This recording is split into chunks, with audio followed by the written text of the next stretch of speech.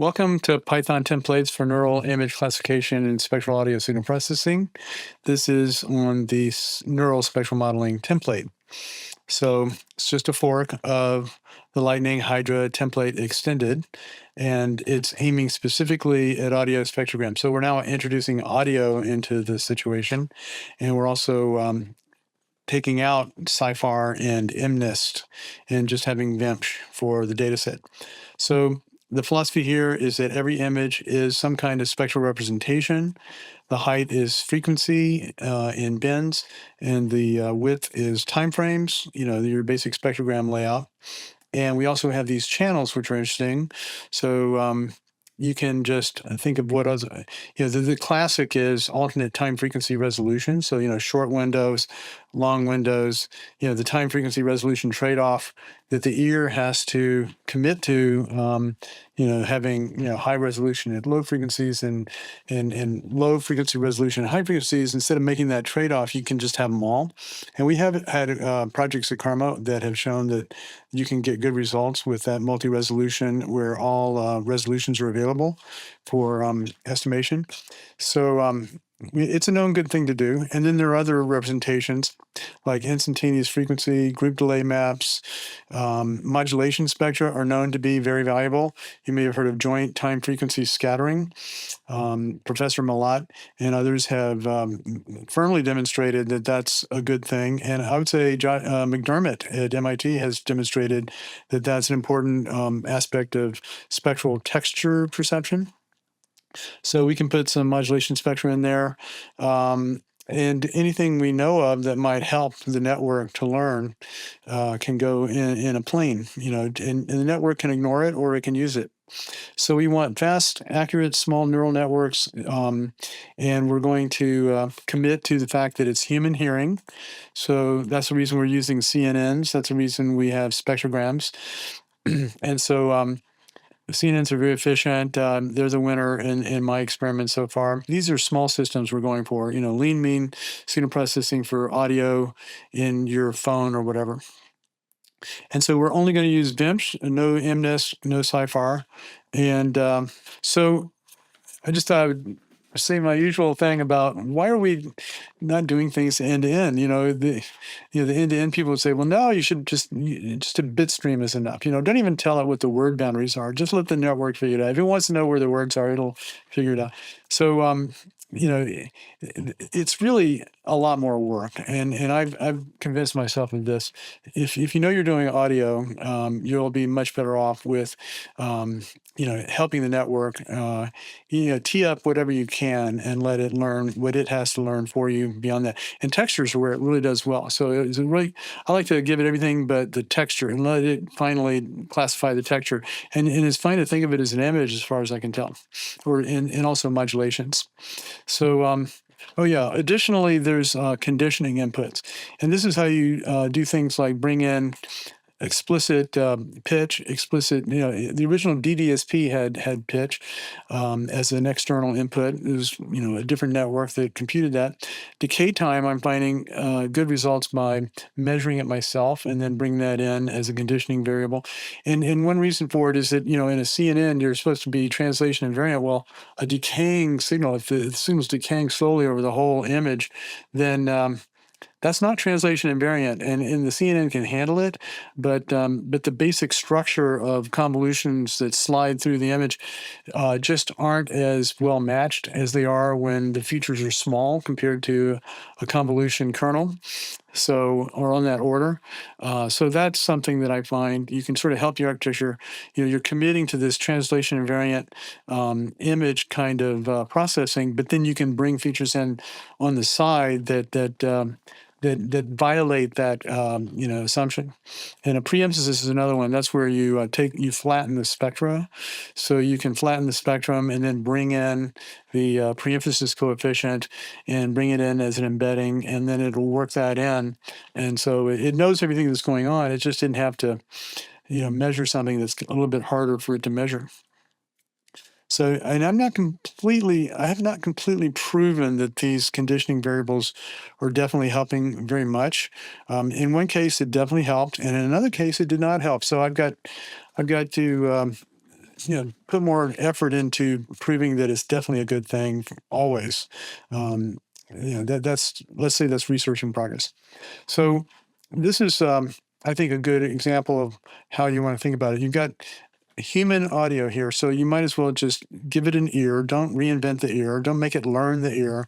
You give it an ear, and then you go through your basic CNN, and this is some work by Kell et al., where they were able to get human level performance on word classification and music genre classification, and sharing a lot of the network, and then having a multi-head extension. And so the multi-head extension I have just has a final linear layer, and that's your final classifier, and it can go through a softmax, or it can go to just a regression head. So they were able to show that you needed this cochleogram input to get correspondence to the brain, and they were able to predict cortical responses from their network. And it was just an interesting exercise in how much do you really want this. And when they took it away, the whole system was very alien. The kinds of mistakes that it made were very alien and not human-like. And so if you want it to be like human hearing, then you can really help it by forcing it to work with a spectrogram, a cochleogram in their case, which is like a very accurate auditory spectrogram. So we're doing that, and we're also doing the multi-resolution stacks. So instead of just one spectrogram here, we have a whole stack of them, alternate spectral representations. And as I mentioned, we've got these conditioning inputs where you can measure other features and bring them in. And they tend to come into this final layer. So they go through, I think it's an MLP, and then just inject in. So there's a lot of ways you can bring in conditioning. And okay, so this is just what it looks like to inspect the data set, and you can step through the data. And I have this live over here. Where is it? It is this thing. So this is it. Now I can step through the data. And so what we're looking at is a very simple synth matching example where we have a wah pedal, and we have a sawtooth synthesis, waveform synthesis, and we have a decay pedal. So the only two parameters are the wah setting and the decay time. And so those are, so you can see the wah pedal jumping around. You can kind of see the decay. And on the other tab, you can see this in the so-called waterfall diagram. You can see the whole thing. And the nice thing about these is that you can move them around. And the chatbots are really good at making these kinds of tools, by the way. So we're just going through the data here. And if you have different channels, you can use the down arrow and go through the channels and see all the representations. And then there's the third tab that actually shows the audio. And here's where you really need to be able to pick it up. Now you can see that it's a sawtooth through a bandpass filter. The wah pedal is a bandpass. And you can see the decay through time. So this is just allowing you to step through your data set and see all the samples. And the parameters are here. There's a set of fixed parameters, and there's all your variable parameters.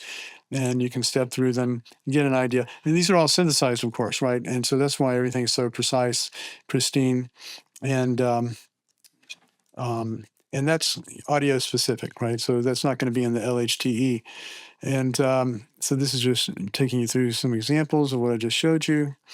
So now for the workflow, you have make targets for things like synthesizing a data set, like the one I just showed you. And everything's configured by Hydra configuration files. You can override them at the command line and so on. And so there are make targets for training a CNN or a vision transformer. You can override them and say, I want the small ordinal, that's the loss function, ordinal loss, and I want my trainer to stop after 50 epochs. So that's the kind of workflow with Hydra. So normally you just say Python train.py experiment equals some YAML file, and that is your that's all your specs, and that will be very repeatable. I always set my seed so I can get exactly the same results. And so all the checkpoints come out, standard machine learning stuff. I've been using TensorBoard. You can use weights and biases. And so that's all very convenient. There's also an eval script that goes all the way back to the Lightning Hydra template, and it's also in the LHTE. It's inherited from that, in fact, and so you can do that. But I wrote a different one called audio reconstruction eval because it's very specific to my situation, and that thing will get the latest run or the run that you specify, and what it does is it takes the spectrogram, runs it through the model, gets the estimated parameters, and then synthesizes it. It has the same synthesizer, it's the same utilities, and then it creates the audio from the estimated parameters, and it compares it to the ground truth. And so that's the problem that I'm working on right now, which is, we call it synth matching, and quite a bit of research on it, a lot of papers on this. And so this is what it looks like, and I can run that in real time as well. Of course, I have a make alias for that. And so here it is. And so now we can step through the data samples, and you can see that the overlays are really good. There's two different colors, but as you can see, the input spectrogram, the synthesis from true parameters, and the synthesis from predicted parameters, and here are the parameters themselves. And the extent to which these two bars are the same, it's nailed the problem. And these are some metrics. You can see that it's doing very well. So it's just really nailing this. And so you can see that it's about 1.1 million parameters. It's a very simple CNN, 1.1 million. And so that's good enough to solve this problem. But, it's just two parameters, but they're not specifically, they're not using conditioning. So, the CNN had to be able to deal with that much of a non-translation invariant, spectral tilt. And so, it's kind of it's two worst case parameters, perhaps. It's not the kind of little textures that they like to classify and build on hierarchically. So that's how that goes. So there you have it. That's the evaluator. And let's get back to the presentation. All right. So and also when you're trying to get it to train, you look at something like TensorBoard, and so this would be then the mean absolute error, I think it is. And this is for the decay time, and this is for the position of the wah pedal.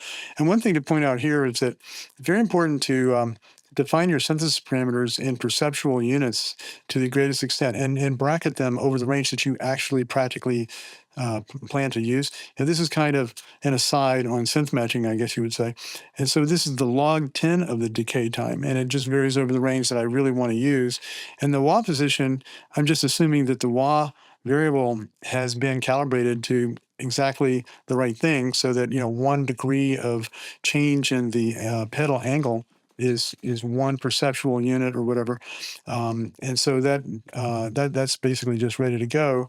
But you have to calibrate. Sometimes you have to take a log. Sometimes you might want some nonlinear perceptual transformation.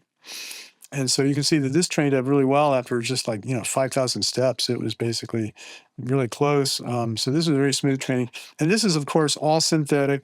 Next steps are, I'm going to add noise. I'm going to, try to get it to generalize, and ultimately try to get it robust at approximating any sound you give it, and get the best approximation. And so in the time I had left, I thought I'd talk a little bit about the loss functions. I did a little bit of explorations of loss functions. So the first one that just kind of came with LHT is the cross entropy loss. And that was good for our classification. But, I thought about it and realized, well, we'd like to, realize that our logits are, settings of a knob. And really, you just want to be at the peak or near the peak. And so you get into things like soft targets and weighting the distance from the truth. And so the weighted cross entropy loss does that. It adds a absolute bin distance to the alpha penalty. And so that's in there. Here's the soft targets thing where you basically, so you want this setting for the knob, and you just basically convolve that with a triangle or a little Gaussian or a log triangle, and it basically just spreads it out. And so now cross entropy will not be all or nothing. You don't have to line up exactly, so you get partial credit if you're nearby. Then that's in classification. Here's another kind of, it's kind of in between classification and regression. It's called ordinal regression. And so basically the softmax goes into a weighted average prediction, and and you want the loss to be in perceptual units. This is, again, comes back to your parameters being ticking in, and so there's a min and a max and a step, and the step should be like a just noticeable difference, or they should all be two just noticeable differences, that kind of a thing, and then everything will be calibrated to minimize perceptually. And then there's the quantized regression loss. That one's a scalar output over quantized steps. And so it scales the L1, L2 Huber loss by the dataset step size. And then finally, we have a regression. And that's just pure regression. There's no logits. You just, are estimating a parameter value as a floating point number, and it's normalized to 0 and 1. And so 0 is your min, 1 is your max, and you get to use a sigmoid during training, which is nice. So you get a nice differentiable limiting. This is probably standard. Everybody probably does this by now. So that's really a nice, robust system. And this is the one that's winning at the moment. This is the one that's it's the current default. I'm getting the best results with this very, very simple, pure regression. But as I mentioned previously, I was able to get better results using classification and auxiliary conditioning inputs. And of course, you can add your own. So there's this file here, losses.py. You can add anything you want. So future work, merge PRs, chatbot reviews. Every time there's a new chatbot, stick it on the whole code base, make it better. Check it though, look at those diffs. And I'm going to add, I would like to add RNNs. These are all, CNN and Vision Transformer and MLP. I'd like to have some RNNs. I'd like to have some diffusion experience. I want to work with that a little bit. And I still have yet to put in the multi-scale time frequency stuff, the modulation spectra. How much do they help? Do they help? One thing I can tell you is that the modulation spectra do help. There's a recent thesis by Han, and you can find that. And it very clearly and convincingly shows that with the joint time frequency scattering, you get a much better result in the synth matching problem. So I'll just leave it at that. I'm out of time. So I guess it's time for questions.